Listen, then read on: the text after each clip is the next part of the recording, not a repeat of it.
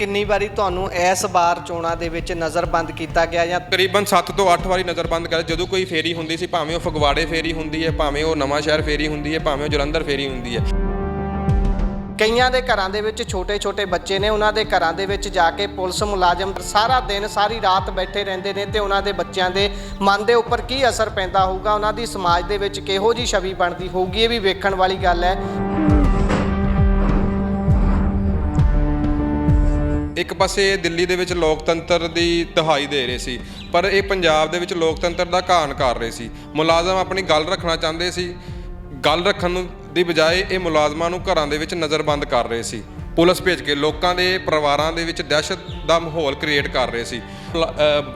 Police ਪ੍ਰਸ਼ਾਸਨ ਦੀ ਦੁਰਵਰਤੋਂ ਕਰਕੇ ਸੀਐਮ ਸਾਹਿਬ ਚੋਣਾਂ ਨਹੀਂ ਜਿੱਤੀਆਂ ਜਾ ਸਕਦੀਆਂ, ਕਿਉਂ ਉਹੀ ਮੁੱਖ ਮੰਤਰੀ ਸਾਹਿਬ ਨੇ ਜਿਹੜੇ ਹਰ ਇੱਕ ਰੋਡ ਸ਼ੋਅ ਤੇ, ਹਰ ਇੱਕ ਕਿਸੇ ਰੈਲੀ ਤੇ ਰੀਲਾਂ ਪਾਉਂਦੇ ਸੀ ਕਿ ਹਾਂਜੀ ਜੀ ਅੱਜ ਮੈਂ ਇੱਥੇ ਪਹੁੰਚਿਆ, ਅੱਜ ਮੈਂ ਇੱਥੇ ਪਹੁੰਚਿਆ, ਆਹ 4 ਤਰੀਕ ਦਾ ਰਿਜ਼ਲਟ ਆ ਗਿਆ, ਅੱਜ ਤੱਕ ਵੀ ਕੋਈ ਰੀਲ ਨਹੀਂ ਪਈ। ਦੇਖੋ ਡਾਕਟਰਾਂ ਦੇ ਕੋਈ ਦਵਾਈ ਜਿਹਦੇ ਨਾਲ ਹਾਰ ਨਜ਼ਰ ਨਾ ਆਵੇ।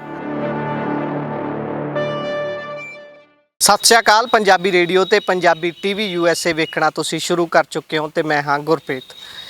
ਪੂਰੇ ਭਾਰਤ ਦੇ ਨਾਲ ਪੰਜਾਬ ਦੇ ਵਿੱਚ ਵੀ ਇਹ ਫੈਸਲਾ ਹੋ ਚੁੱਕਿਆ ਹੈ ਕਿ ਅਗਲੇ 5 ਸਾਲ ਦੇ ਲਈ ਕਿਹਨੇ ਸੱਤਾ ਤੇ ਰਹਿਣਾ ਹੈ।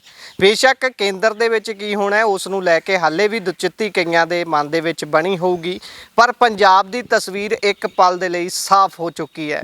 ਉਹ ਸਰਕਾਰ ਜਿਹੜੀ ਲਗਾਤਾਰ ਕਹਿ ਰਹੀ ਸੀ ਕਿ ਅਸੀਂ 3 ਕਰੋੜ ਲੋਕਾਂ ਦੇ ਨੁਮਾਇੰਦੇ ਹਾਂ, ਉਹਨਾਂ ਨੂੰ ਠੇਡਾ ਵੱਜਿਆ ਹੈ ਤੇ ਠੇਡਾ ਵੀ ਐਸਾ 13 ਤੋਂ 3 ਤੇ ਆ ਡਿੱਗੇ ਨੇ। 13 ਦਾ ਦਾਅਵਾ ਕਰ ਰਹੇ ਸੀ, ਬਾਰ-ਬਾਰ ਇਹ ਕਹਿ ਰਹੇ ਸੀ ਕਿ ਸਾਨੂੰ 13 ਹੱਥ ਹੋਰ ਦਿੱਤੇ ਜਾਣ, ਪਰ ਇਸ ਦੇ ਪਿੱਛੇ ਕਾਰਨ ਬਹੁਤ ਸਾਰੇ ਰਹੇ ਹੋਣਗੇ ਕਿ ਇੰਨਾ ਵੱਡਾ ਕੱਟ ਕਿਉਂ ਲੱਗਾ।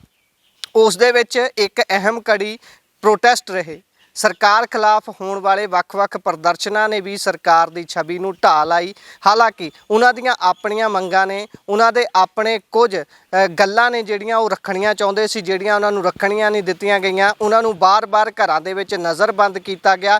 ਇਹ ਸਾਰੇ ਦੇ ਬਾਬਤ ਗੱਲ ਕਰਨ ਦੇ ਲਈ ਅਸੀਂ ਅੱਜ ਨਾਨ ਟੀਚਿੰਗ ਤੇ ਮਿਡ ਡੇ ਮੀਲ ਸਟਾਫ ਫਰੰਟ ਜਿਹੜਾ ਹੈ ਉਹਨਾਂ ਦੇ ਕੋਲ ਪਹੁੰਚੇ ਹਾਂ, ਕਿਉਂਕਿ ਇਹਨਾਂ ਨੂੰ ਲਗਾਤਾਰ ਨਜ਼ਰਬੰਦ ਕੀਤਾ ਜਾ ਰਿਹਾ ਸੀ। ਬਾਰ-ਬਾਰ ਇਹਨਾਂ ਨੂੰ ਜਦੋਂ ਵੀ ਜਲੰਧਰ ਦੇ ਵਿੱਚ ਜਾਂ ਜਲੰਧਰ ਦੇ ਆਸ-ਪਾਸ ਕਿਤੇ ਵੀ ਕੋਈ ਰੈਲੀ ਜਾਂ ਰੋਡ ਸ਼ੋਅ ਹੋਣਾ ਹੁੰਦਾ ਸੀ, ਇਹਨਾਂ ਨੂੰ ਸਭ ਤੋਂ ਪਹਿਲਾਂ ਨਜ਼ਰਬੰਦ ਕਰ ਲਿਆ ਜਾਂਦਾ ਸੀ। ਇਹਨਾਂ ਤੋਂ ਪੁੱਛਦੇ ਹਾਂ ਕਿ ਕੀ ਇਹਨਾਂ ਨੂੰ ਨਜ਼ਰਬੰਦ ਕਰਕੇ ਸਰਕਾਰ ਨੇ ਕੋਈ ਖੱਟੀ ਹੈ ਇੱਥੋਂ, ਉਹਨਾਂ ਤੋਂ ਜਾਣਦੇ ਹਾਂ। ਸਾਡੇ ਨਾਲ ਸ਼ੋਭਿਤ ਭਗਤ ਮੌਜੂਦ ਨੇ। ਸਤਿ ਸ਼੍ਰੀ ਅਕਾਲ। ਸਤਿ ਸ਼੍ਰੀ ਅਕਾਲ ਸਰ ਜੀ। ਸੋ ਕੀ ਕਹਿਣਾ ਚਾਹੋਗੇ ਉਹ ਕੰਮ ਤੁਹਾਡੇ ਨਾਲ ਕੀਤੇ ਗਏ ਜਿਹੜੇ ਅੱਜ ਤੱਕ ਸ਼ਾਇਦ ਕਿਸੇ ਸਰਕਾਰ ਨੇ ਨਾ ਕੀਤੇ ਹੋਣ? ਤੁਹਾਨੂੰ ਕਿਤੇ ਪ੍ਰੋਟੈਸਟ ਕਰਨ ਨਹੀਂ ਦਿੱਤਾ ਜਾਂਦਾ ਸੀ, ਤੁਹਾਨੂੰ ਘਰੇ ਡੱਕ ਲਿਆ ਜਾਂਦਾ ਸੀ, ਇਸ ਦੇ ਬਾਵਜੂਦ ਸਰਕਾਰ ਦੇ ਹੱਥ ਪੱਲੇ ਤਾਂ ਇੱਥੋਂ ਕੁਝ ਵੀ ਨਹੀਂ ਪਿਆ। ਸਰ ਦੇਖੋ, ਜਿਹੜਾ ਮੁਲਾਜ਼ਮਾਂ ਨਾਲ ਖਿਆ ਉਹਦਾ ਕੱਖ ਨਾ ਰਿਹਾ। ਇਹ ਕਹਾਵਤ ਸੱਚ ਹੁੰਦੀ ਨਜ਼ਰ ਆ ਰਹੀ ਹੈ, ਕਿਉਂਕਿ ਇਹਨਾਂ ਨੇ ਇੱਕ ਪਾਸੇ ਦਿੱਲੀ ਦੇ ਵਿੱਚ ਲੋਕਤੰਤਰ ਦੀ ਦਹਾਈ ਦੇ ਰਹੇ ਸੀ, ਪਰ ਇਹ ਪੰਜਾਬ ਦੇ ਵਿੱਚ ਲੋਕਤੰਤਰ ਦਾ ਘਾਣ ਕਰ ਰਹੇ ਸੀ। ਮੁਲਾਜ਼ਮ ਆਪਣੀ ਗੱਲ ਰੱਖਣਾ ਚਾਹੁੰਦੇ ਸੀ, ਗੱਲ ਰੱਖਣ ਦੀ ਬਜਾਏ ਇਹ ਮੁਲਾਜ਼ਮਾਂ ਨੂੰ ਘਰਾਂ ਦੇ ਵਿੱਚ ਨਜ਼ਰਬੰਦ ਕਰ ਰਹੇ ਸੀ।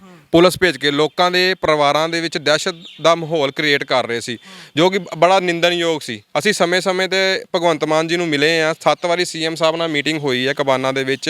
ਇਹਨਾਂ ਨੇ ਸਾਨੂੰ ਸੱਤਾ 'ਚੋਂ ਆਉਣ ਤੋਂ ਪਹਿਲੇ ਵੀ ਆਸ਼ਵਾਸਨ ਦਿੱਤਾ ਸੀ, ਸੱਤਾ ਦੇ ਆਉਣ ਦੇ ਬਾਅਦ ਵਿੱਚ ਵੀ ਕਿਹਾ ਸੀ ਜਿਹੜਾ ਮੇਰਾ ਹਰਾ ਪੈਨ ਹੈ ਉਹ ਕੱਚੇ ਮੁਲਾਜ਼ਮਾਂ ਨੂੰ ਪੱਕਾ ਕਰਨ ਲਈ ਚੱਲੇਗਾ। ਅਸੀਂ ਇੱਥੇ ਦੱਸਣਾ ਚਾਹੁੰਦੇ ਹਾਂ ਕਿ ਅਸੀਂ ਸਰਵ ਸਿੱਖਿਆ ਅਭਿਆਨ ਦਫ਼ਤਰੀ ਕਰਮਚਾਰੀ ਯੂਨੀਅਨ ਤੋਂ ਹਾਂ, ਸਿੱਖਿਆ ਵਿਭਾਗ ਦੇ ਦਫ਼ਤਰਾਂ ਵਿੱਚ ਕੰਮ ਕਰ ਰਹੇ ਹਾਂ ਪਿਛਲੇ 10 ਤੋਂ 15 ਸਾਲਾਂ ਤੋਂ, ਤੇ 2018 ਦੇ ਵਿੱਚ ਅਧਿਆਪਕ ਤਾਂ ਪੱਕੇ ਕਰਤੇ, ਨੌਨ ਟੀਚਿੰਗ ਸਟਾਫ ਨੂੰ ਪੱਕਾ ਨਹੀਂ ਕੀਤਾ ਗਿਆ। ਇਸੇ ਸੰਬੰਧ ਦੇ ਵਿੱਚ ਅਸੀਂ ਮਾਨ ਸਾਹਿਬ ਨੂੰ ਮਿਲੇ ਸੀ। ਮਾਨ ਸਾਹਿਬ ਨੇ ਕਿਹਾ ਕਿ ਮੇਰਾ ਜਿਹੜਾ ਹਰਾ ਪੈਨ ਹੈ ਚੱਲ ਚੁੱਕਾ ਵਾ ਜਿਮਨੀ ਚੋਣਾਂ ਦੌਰਾਨ।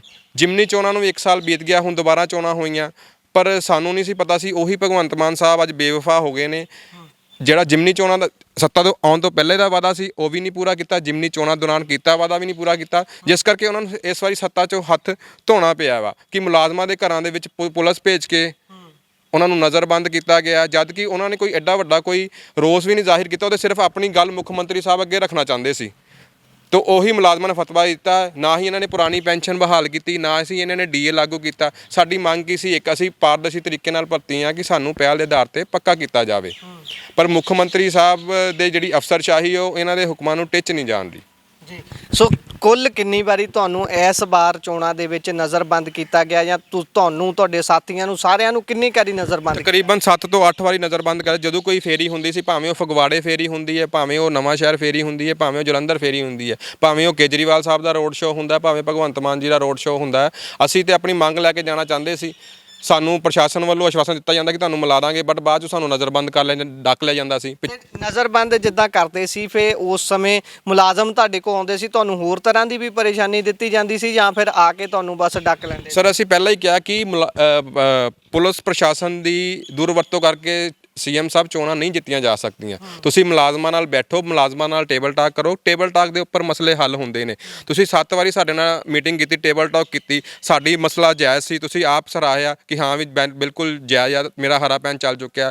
ਬਟ ਮੈਨੂੰ ਨਹੀਂ ਲੱਗਦਾ ਕਿ ਅਫਸਰਸ਼ਾਹੀ ਨੇ ਇਹਨਾਂ ਦੇ ਹੁਕਮਾਂ ਨੂੰ ਟਿੱਚ ਜਾਣਿਆ, ਜਿਸ ਕਰਕੇ ਇਹਨਾਂ ਨੂੰ ਇਸ ਚੀਜ਼ ਦਾ ਖਮਿਆਜ਼ਾ ਇਹ ਲੋਕ ਸਭਾ ਚੋਣਾਂ ਵਿੱਚ ਭੁਗਤਣਾ ਪਿਆ। ਕਹਿਣ ਦਾ ਮਤਲਬ ਫਿਰ ਮੁੱਖ ਮੰਤਰੀ ਸਾਹਿਬ ਦੀ ਵੀ ਨਹੀਂ ਚੱਲਦੀ ਅਫਸਰਸ਼ਾਹੀ ਅੱਗੇ, ਜਿੱਦਾਂ ਤੁਸੀਂ ਕਹਿ ਰਹੇ ਹੋ ਕਿ ਉਹਨਾਂ ਦਾ ਤਾਂ ਹਰਾ ਪੈਨ ਚੱਲ ਗਿਆ, ਫਿਰ ਪੇਚ ਕਿੱਥੇ ਫਸ ਗਿਆ? ਬਾਰ-ਬਾਰ ਇੰਨਾ ਦੁਚਿੱਤੀ ਆ ਗਈ ਆਪਸ ਦੇ ਵਿੱਚ ਕਿ ਨਾ ਤੁਹਾਡੇ ਵੱਲੋਂ ਸਹਿਮਤੀ ਉਹਨਾਂ ਨਾਲ ਮੁੜ ਕੇ ਅੱਗੇ ਗੱਲ ਤੁਰੀ, ਨਾ ਉਹਨਾਂ ਵੱਲੋਂ, ਉਲਟਾ ਤੁਹਾਨੂੰ ਰੋਕ ਲੈਂਦੇ ਨੇ ਹਰੇਕ। ਉਸੇ ਦੌਰਾਨ ਅਸੀਂ ਪਿਛਲੇ ਚਲੋ ਕੋਸ਼ਿਸ਼ਾਂ ਦੇ ਬਾਵਜੂਦ ਅਸੀਂ ਰੈਡੀਸਨ ਮਿਲੇ ਸੀ ਸੀਐਮ ਸਾਹਿਬ ਨੂੰ। ਹੁਣ ਇਹ ਥੋੜੇ ਦਿਨ ਪਹਿਲਾਂ ਹੀ 25-26 ਤਰੀਕ ਨੂੰ ਰੈਡੀਸਨ ਆਏ ਸੀ ਤੇ ਅਸੀਂ ਮਿਲੇ ਸੀ, ਤੇ ਉੱਥੇ ਉਹਨਾਂ ਨੇ ਹੁਣ ਇੱਕ ਨਵੀਂ ਗੱਲ ਲੈਣ ਦੀ ਹੈ ਕਿ ਜਿਹੜੀ ਵੀ ਯੂਨੀਅਨ ਜਥੇਬੰਦੀ ਜਾਂਦੀ ਹੈ ਕਿ ਅਸੀਂ ਕੋਰਟ ਦੇ ਮਾਮਲੇ ਕਲੀਅਰ ਕਰਕੇ ਫਿਰ ਸਾਰਿਆਂ ਨਾਲ ਕੰਮ ਕਰ ਰਹੇ ਹਾਂ, ਕੰਮ ਕਰਕੇ ਜੋ ਉਹਨਾਂ ਨੂੰ ਅਫਸਰਸ਼ਾਹੀ ਵੱਲੋਂ ਰਟਾਇਆ ਗਿਆ ਵਾ। ਬਟ ਇੱਥੇ ਆਪਾਂ ਸੀਐਮ ਸਾਹਿਬ ਨੂੰ ਦੱਸਣਾ ਚਾਹੁੰਦੇ ਹਾਂ, ਸੀਐਮ ਸਾਹਿਬ ਅਸੀਂ ਪਾਰਦਰਸ਼ੀ ਤਰੀਕੇ ਨਾਲ ਭਰਤੀ ਹਾਂ, ਸਾਡੇ ਤੇ ਆਲਰੇਡੀ ਰਿਟਨ ਟੈਸਟ ਹੋ ਚੁੱਕੇ ਨੇ, ਲਿਖਤੀ ਪ੍ਰੀਖਿਆ ਅਸੀਂ ਪਾਸ ਹਾਂ, ਰੋਸਟਰ ਲਾਗੂ ਹੋਇਆ ਸਾਡੇ ਤੇ SCBC ਦਾ, ਤੇ ਫਿਰ ਹੋਰ ਦੱਸੋ ਕਿਹੜੀ ਚੀਜ਼ ਪੈਂਡਿੰਗ ਹੈ? ਤੁਸੀਂ ਸਾਨੂੰ ਹੁਣ ਕੋਰਟ ਦਾ ਹਵਾਲਾ ਦੇ ਰਹੇ ਹੋ। ਪੈਨਸ਼ਨ ਦੀ ਗੱਲ ਕੀਤੀ ਸੀ ਇਹਨਾਂ ਨੇ ਕਿ ਪੁਰਾਣੀ ਪੈਨਸ਼ਨ ਬਹਾਲ ਕਰਾਂਗੇ, ਇਹਨਾਂ ਨੇ ਪਹਿਲੇ ਨੋਟੀਫਿਕੇਸ਼ਨ ਜਾਰੀ ਕਰਤਾ, ਬਾਅਦ ਦੇ ਵਿੱਚ ਸਬ ਕਮੇਟੀਆਂ ਬਣ ਰਹੀਆਂ ਨੇ, ਹਿਮਾਚਲ ਵਾਲੇ ਲਾਗੂ ਕਰੀ ਜਾ ਰਹੇ ਨੇ। ਦੇਖੋ ਸਟਰੈਂਥ ਕਿੰਨੀ ਹੈ ਤੁਹਾਡੀ ਜਿਹੜੀ ਮਿਡ ਡੇ ਮੀਲ ਤੇ ਨਾਨ ਟੀਚਿੰਗ ਸਟਾਫ ਦੀ, ਜਿਹੜਾ ਇਸ ਸਮੇਂ ਇਸ ਸੰਘਰਸ਼ 'ਚ ਲੱਗਾ ਹੋਇਆ? 1200 ਸਟਰੈਂਥ ਹੈ ਜੀ ਸਾਡੀ ਤਕਰੀਬਨ ਮਿਡ ਡੇ ਮੀਲ ਤੇ ਨਾਨ ਟੀਚਿੰਗ ਸਾਰਾ। ਇਸ ਤੋਂ ਇਲਾਵਾ ਸਾਡੇ ਵਿਸ਼ੇਸ਼ ਅਧਿਆਪਕ ਸਾਥੀ ਨੇ, ਉਹ ਵੀ 4 ਤੋਂ 500 ਨੇ, ਜਿਹੜੇ ਮੰਦਬੁੱਧੀ ਬੱਚਿਆਂ ਨੂੰ ਪੜ੍ਹਾਉਂਦੇ ਨੇ, ਲਿਖਾਉਂਦੇ ਨੇ, ਸਾਰਾ ਕੁਝ ਕਰਦੇ ਨੇ, ਸਭ ਤੋਂ ਟਫ ਜੌਬ ਕਰਦੇ ਨੇ। ਸੋ ਹੁਣ ਕੁੱਲ ਮਿਲਾ ਕੇ ਜੇ ਸਿੱਟਾ ਕੱਢਣਾ ਹੋਵੇ, ਜਲੰਧਰ ਤੋਂ ਤੁਸੀਂ ਇਸ ਸਮੇਂ ਆਪਾਂ ਜਲੰਧਰ 'ਚ ਖੜ ਕੇ ਗੱਲ ਕਰ ਰਹੇ ਹਾਂ, ਜਲੰਧਰ ਤੇ ਵੀ ਪੂਰਾ ਜ਼ੋਰ ਲੱਗਿਆ, ਤਕਰੀਬਨ 13 ਤੇ ਹੀ ਲੱਗਾ। ਵਾਰ-ਵਾਰ ਮਾਨ ਸਾਹਿਬ ਕਹਿ ਰਹੇ ਸੀ ਕਿ 13 ਦੀਆਂ 13 ਜਿਤਾਓ, ਅਸੀਂ ਐਂ ਕਰ ਦਿਆਂਗੇ, ਉਹ ਕਰ ਦਿਆਂਗੇ। ਹੁਣ ਕੀ ਲੱਗਦਾ ਹੈ ਕਿ ਇੰਨਾ ਹੇਠਾਂ ਡਿੱਗ ਜਾਣਾ, ਸਿਰਫ 3 ਤੱਕ ਸੀਮਤ ਰਹਿ ਜਾਣਾ? ਇਸ 'ਚ ਰੋਲ ਕਿਹੜੀ ਚੀਜ਼ ਦਾ ਰਿਹਾ, ਕੌਣ ਮੁੱਖ ਤੌਰ ਤੇ ਜ਼ਿੰਮੇਵਾਰ ਰਿਹਾ ਹਾਰ ਦਾ?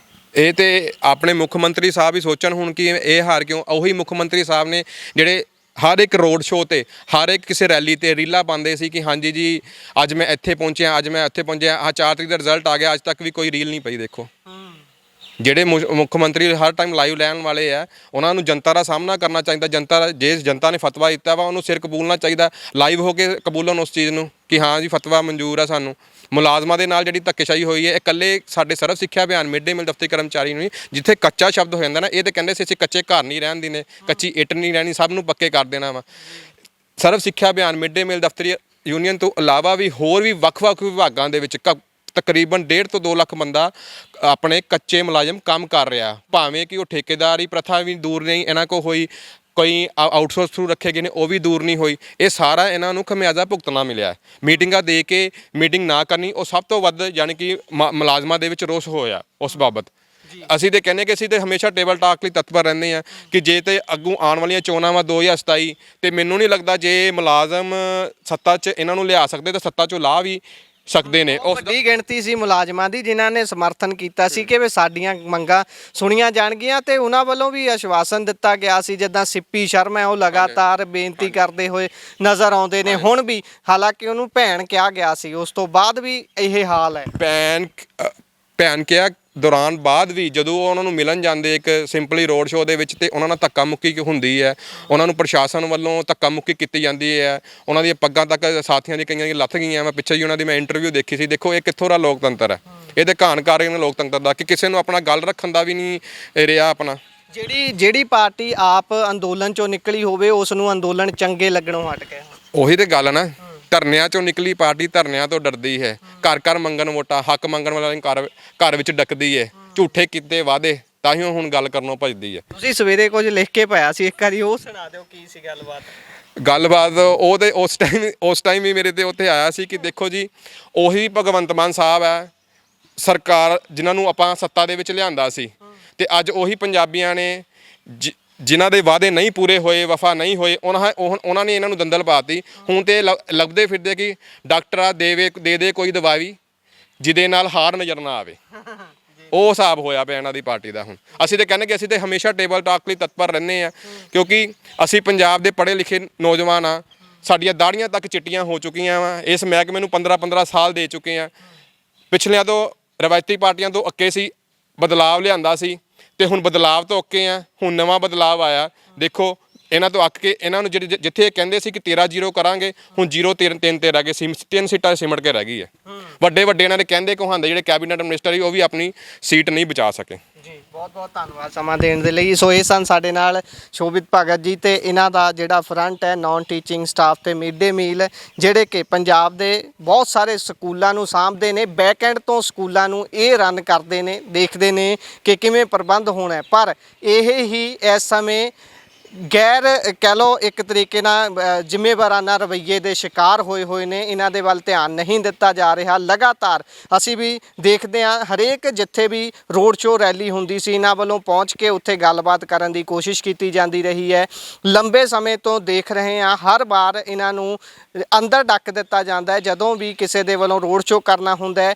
ਕਈਆਂ ਦੇ ਘਰਾਂ ਦੇ ਵਿੱਚ ਛੋਟੇ ਬੱਚੇ ਨੇ, ਉਹਨਾਂ ਦੇ ਘਰਾਂ ਦੇ ਵਿੱਚ ਜਾ ਕੇ ਪੁਲਿਸ ਮੁਲਾਜ਼ਮ 3-3 4-4 ਸਾਰਾ ਦਿਨ ਸਾਰੀ ਰਾਤ ਬੈਠੇ ਰਹਿੰਦੇ ਨੇ ਤੇ ਉਹਨਾਂ ਦੇ ਬੱਚਿਆਂ ਦੇ ਮਨ ਦੇ ਉੱਪਰ ਕੀ ਅਸਰ ਪੈਂਦਾ ਹੋਊਗਾ, ਉਹਨਾਂ ਦੀ ਸਮਾਜ ਦੇ ਵਿੱਚ ਕਿਹੋ ਜਿਹੀ ਛਵੀ ਬਣਦੀ ਹੋਊਗੀ, ਇਹ ਵੀ ਵੇਖਣ ਵਾਲੀ ਗੱਲ ਹੈ। ਕਿਉਂਕਿ ਇਹ ਉਹੀ ਸਰਕਾਰ ਹੈ ਜਿਹੜੀ ਅੰਦੋਲਨ ਚੋਂ ਨਿਕਲੀ ਹੈ। ਅੰਦੋਲਨ ਕਰਨਾ ਇਸ ਨੇ ਕਿਹਾ ਹੈ ਖੁਦ ਕਿ ਅਸੀਂ ਬਹੁਤ ਲੋਕਾਂ ਨੂੰ ਬੋਲਣਾ ਸਿਖਾਇਆ, ਅੰਦੋਲਨ ਕਰਨਾ ਸਿਖਾਇਆ, ਪਰ ਇਹਨਾਂ ਸਾਰੀਆਂ ਚੀਜ਼ਾਂ ਤੋਂ ਡਰ ਕਿਉਂ ਰਹੇ ਨੇ, ਇਸ ਦਾ ਜਵਾਬ ਦੇਣਾ ਬਣਦਾ ਹੈ। ਬੇਸ਼ੱਕ ਹਾਰ ਹੋਈ ਹੈ, ਪਰ ਹੁਣ ਅੱਗੇ ਇਹਨਾਂ ਮੁੱਦਿਆਂ ਦੇ ਉੱਪਰ ਸੰਜੀਦਗੀ ਦੇ ਨਾਲ ਕੰਮ ਕਰਨ ਦੀ ਲੋੜ ਹੈ। ਸੋ ਇਹ ਗੱਲਬਾਤ ਤੁਹਾਨੂੰ ਕਿਹੋ ਜਿਹੀ ਲੱਗੀ, ਆਪਣੇ ਵਿਚਾਰ ਰਾਏ ਟਿੱਪਣੀਆਂ ਸਾਡੇ ਨਾਲ ਜ਼ਰੂਰ ਸਾਂਝੇ ਕਰੋ। ਜੁੜੇ ਰਹੋ ਪੰਜਾਬੀ ਰੇਡੀਓ ਤੇ ਪੰਜਾਬੀ TV USA ਨਾਲ। ਧੰਨਵਾਦ।